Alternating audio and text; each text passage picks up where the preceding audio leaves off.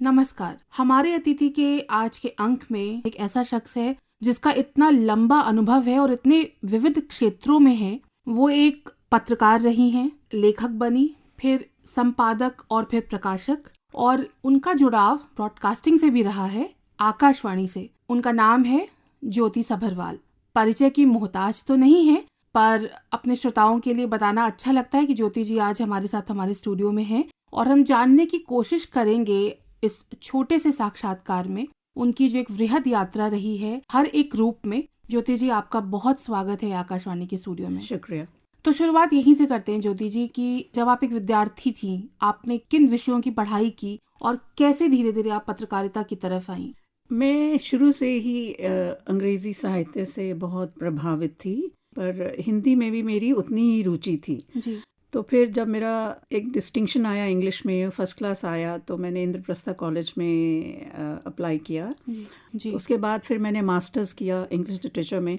मेरे फादर चाहते थे कि मैं आईएएस में जाऊं, सिर्फ उनका मान रखने के लिए खूब पढ़ाई करी। और वाकई ही वो जो मैंने आईएएस की जो तैयारी करी थी और जो मैंने पता नहीं दुनिया की कितनी किताबें मैंने पढ़ी, एक सफल पत्रकार बनने में वो बहुत ही महत्वपूर्ण था। तो फिर मैंने जर्नलिज्म ज्वाइन किया। टैबलॉइड आता था, तो उसमें जो यंग एस्पायरिंग लेखक थे उनको प्रोत्साहन के लिए हमें क्लास असाइनमेंट्स मिलते थे जी। तो हम जाते थे। तो हमारा एक क्लास असाइनमेंट था, सी वुल्स फिल्म यहाँ शूट हो रही थी, तो हमें क्लास असाइनमेंट मिला कि सी वुल्स क्रू यहाँ पे है और रोजर मोर, डेविड नेवेन, ट्रेवर हॉवर्ड, इन तीनों में से कौन सा इंटरव्यू ला सकता है।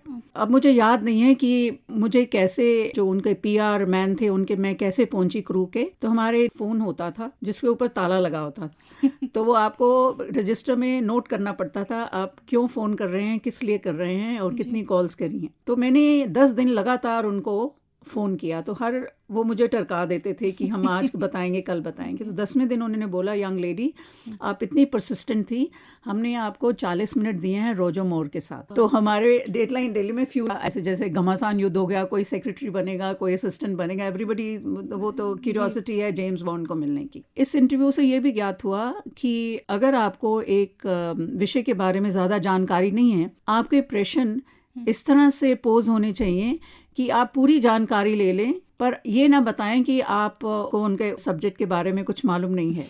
तो ये फर्स्ट लेसन था मेरा एज ए जर्नलिस्ट। तो जब रोजर मोर का इंटरव्यू हो गया तो उनका पीआर मैन कहने लगा, अब आपने रोजर मोर तो कर लिया है, तो डेविड नेवेन और ट्रेवर हॉवर्ड भी कर लीजिए, तो हैट्रिक हो गया, यू नो। तो फिर एक दिन अचानक मुझे फोन आया उषा पुरी का, जो प्रोड्यूसर थी युगवाणी की, क्योंकि आकाशवाणी युगवाणी की, मैंने आपकी बायलाइन देखी है एंड मुझे अच्छा लगा कि जिस तरह आप लिखती हैं, तो मैं चाहती हूँ कि रिचर्ड एटनबरा दिल्ली आ रहे हैं गांधी फिल्म का लॉन्च को अनाउंस करने के लिए, तो मैं चाहती हूँ कि आप उनका इंटरव्यू करें।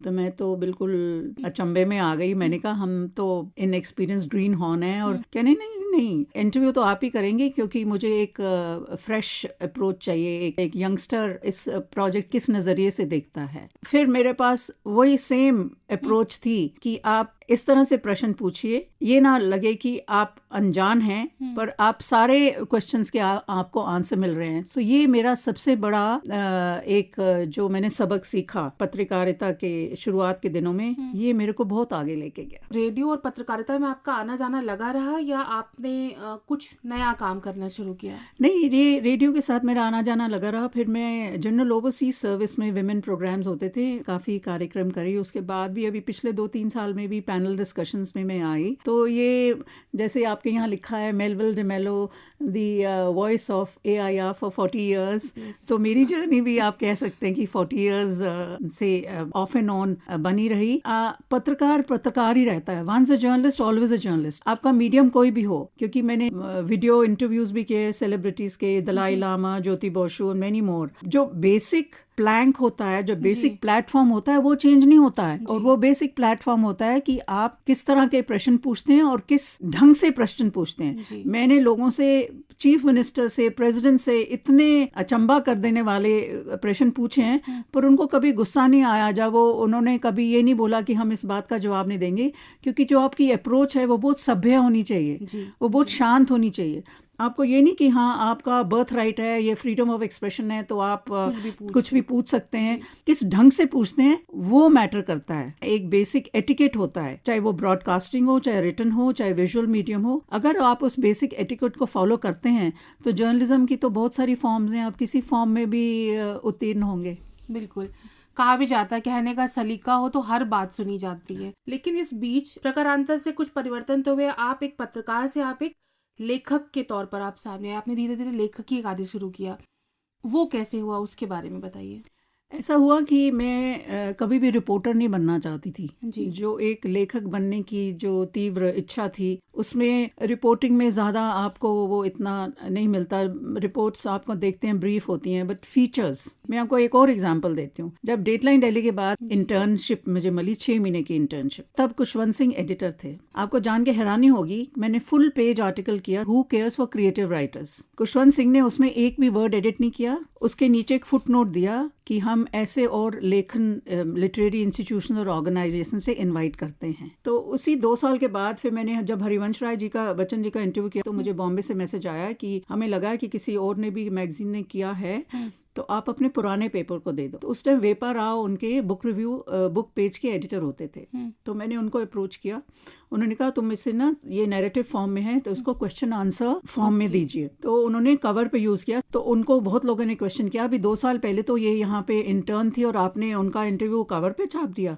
उन्होंने कहा इस स्तर का आप इंटरव्यू लेके आइए तो आपका भी छाप देंगे। कहने का मतलब ये है कि जिसका इंग्लिश लिटरेचर का बैकग्राउंड हो, हाँ, उसके लिए लिखना तो क्या है, it's like hand in glove वाली बात है ना। जी। अब ये जो आप पढ़ते हैं, जो आप एब्जॉर्ब करते हैं, मैं उनके साथ जुड़ी रही हिंदी भाषा के साथ, क्योंकि जब मैंने अमृता जी की शैडोज ऑफ वर्ड्स, अक्षरों के साए ट्रांसलेट करी, लीडिंग न्यूज़पेपर्स में उसको फुल पेज एक्सर्प्ट्स मिले। फिर मैंने केएल सहगल की हिंदी से इंग्लिश में करी, Kundan his life and music, वो नेशनल अवार्ड विनिंग बुक थी शरद दत्त जी की, जो दूरदर्शन से जुड़े रहे।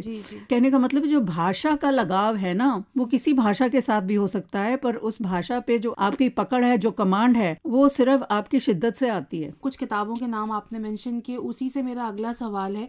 अमृता जी के ऊपर आपने एक तो किताब, अभी आपने एक नाम दिया अक्षरों के साए में, और अभी जो आपकी हाल में किताब आई आपकी the ninth flower, best of Amrita Pritam, उस किताब से और इस किताब तक आपको क्या लगता है, अमृता जी को समझने में आपका कुछ अमृता जी से मेरा चेंज हुआ? अमृता जी से जो मेरा पहला साक्षात्कार हुआ था वो 87 में हुआ था। तो बड़ा ब्यूटीफुल इंटरव्यू था। उसके साथ वो मेरे साथ जुड़ गई। वो हफ्ते में 10 दिन में मुझे फ़ोन आता था कि मुझे मिल के जा। फिर मुझे कहती थी मुझे तुम्हारी शख्सियत से प्यार है। जब ये शैडोज ऑफ वर्ड्स हुई और उसको इतनी माइलेज मिली और इतनी सब पेपर्स में आया, तो फिर उनका एक सुबह 7 बजे मुझे फ़ोन आया कि तू अभी आ जा। उन दिनों वो बीमार रहती थी। ये 2002 की बात है, क्योंकि 2001 में शैडोज ऑफ वर्ड्स रिलीज़ हुई थी। तो मैं गई तो अपने, she was on a bed, तो उन्होंने अपनी पाइल ऑफ बुक्स रखी हुई थी। तो कहती हैं मेरे काम नू अगे लेके जा, और मेरे जींदे जी कर दे, मेरी लाइफ टाइम में इसको कर दो, which was a tall order. पहले जब उन्होंने मुझे इन्वाइट किया था शैडोज ऑफ वर्ड्स के लिए, तो मैंने उनको बोला था, मैंने कहा Amrita ji I am very young, आपकी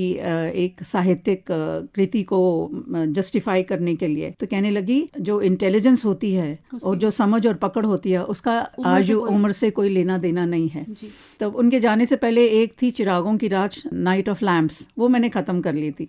तो वो फिर मैंने गई और उनको मैंने एक्सर्प्ट्स पढ़ के सुनाए। वो इतनी खुश हुई। तो जब भी जाती थी मुझे कोई ना कोई सुवेनियर देती थी, यू नो। तो ये जो लोग होते हैं ना, जो सिर्फ अपनी लेखनी के द्वारा रंग नहीं बिखेरते हैं, वो अपने जीवन के द्वारा भी रंग बिखेरते हैं। जब ये साहित्य अकादमी के सेक्रेटरी डॉक्टर राव ने 2021 में इसको रिलीज किया, तो उन्होंने एक बड़ी खूबसूरत बात कही कि this book is a literary service to the nation. ये देश के लिए एक साहित्यिक सेवा है। और फिर पंजाब में गवर्नर साहब ने जब रिलीज करी चंडीगढ़ में, तो उन्होंने स्टैंडिंग ओवेशन दिया और बोला कि अगर मुझे नहीं मालूम होता कि ये हिंदी का अनुवाद है, तो मैं सोचता कि ओरिजिनली इसको अंग्रेजी में ही लिखा गया है। सो जब ऐसे बुद्धिजीवी हैं, उनसे ऐसी प्रशंसा मिलती है, तो बढ़ावा मिलता है, तो अच्छा लगता है कि आपकी मेहनत सफल हुई।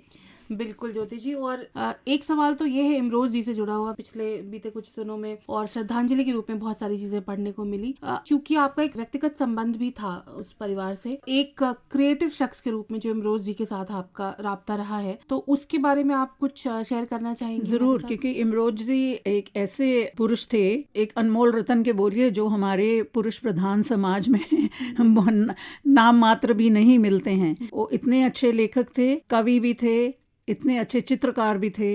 उनकी अगर आप पेंटिंग्स देखती जो उन्होंने अमृता जी के बनाए थे, इतनी अमेजिंग थी वो। उन्होंने अपनी प्रतिभा को उनकी प्रतिभा पे हावी नहीं होने दिया और सिर्फ पीछे रहे, क्योंकि वो जो एक सिक्योर समझता है एक रिलेशनशिप में, एक संबंध में, वो कभी भी असुरक्षित महसूस नहीं करता। तो वो एक बड़ा अमेजिंग उदाहरण थे कि जब दो क्रिएटिव लोग इकट्ठे काम करते हैं तो ईगो क्लैश होना बड़ा स्वाभाविक है। उनकी लाइफ में कोई ईगो क्लैश नहीं था। तो मैं सोचती हूँ कि उन्होंने एक बहुत ही अहम भूमिका निभाई है अमृता जी की लाइफ में। एक ही प्लेटफॉर्म में एक जैसा काम कर रहे हैं, पर एक बंदा जो है आगे लाइमलाइट में है, जिसको सारी दुनिया जानती है, और ये बड़ा चुपचाप क्वाइटली उनका सपोर्ट सिस्टम है। तो ऐसे उदाहरण देखने को बहुत कम मिलते हैं, और ये सब तो मेरी आंख बीती है ना, ये तो सब मैंने खुद देखा है। जी ज्योति जी, लेकिन एक सवाल पूछे बिना एक ब्रॉडकास्टर के तौर पर आपको नहीं जाने दे सकते।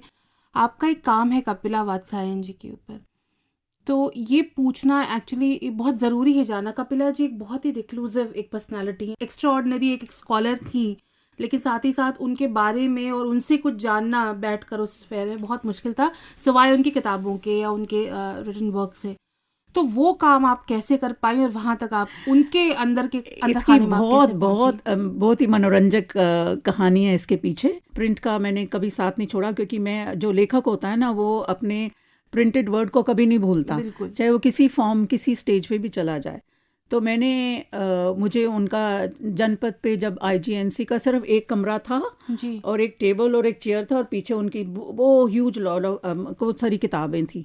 तो मैंने फ़ोन किया, तो उन्होंने फ़ोन लिया, तो कहने लगे कि मैं तो इंटरव्यू नहीं देती हूँ, बस दैट्स इट, पर मुझे आपकी आवाज़ पसंद आई, come and have coffee with me. तो मैं रास्ते में ना जैसे माला जपती गई कि उनको मेरी आवाज़ पसंद आई तो मैं भी पसंद आऊँगी, यू नो।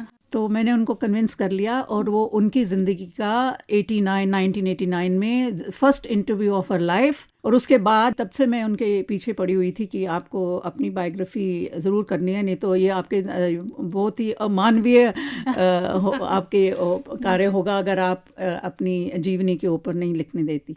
तो फिर वो हम 3-4 बार हम मुक्तेश्वर गए थे, जहाँ मैं उनको रिकॉर्ड करती थी, क्योंकि दिल्ली में तो उनको कभी समय नहीं मिलता था। जी जी। तो उस किताब को 4 वर्ष लगे, और आई एम वेरी हैप्पी कि उन्हीं के लाइफ टाइम में वो किताब आई। एंड बिफोर आई फॉरगेट, मैंने उनको ऑल इंडिया रेडियो के आर्काइव्स के लिए रिकॉर्ड किया है। जी जी बिल्कुल, ये हमारी एक ख्याति है आकाशवाणी की नहीं। और ज्योति जी, इसी के साथ अब विराम लेना पड़ेगा हमें, लेकिन ये एक बहुत ही खूबसूरत, बहुत ही एनरिचिंग बातचीत रही आपके साथ। आपकी इस पूरी यात्रा के बारे में जानना श्रोताओं के लिए बहुत ही सुखद अनुभव होगा। बहुत बहुत धन्यवाद, आप हमारे आकाशवाणी के स्टूडियो में आई इस कार्यक्रम के लिए। शुक्रिया, धन्यवाद।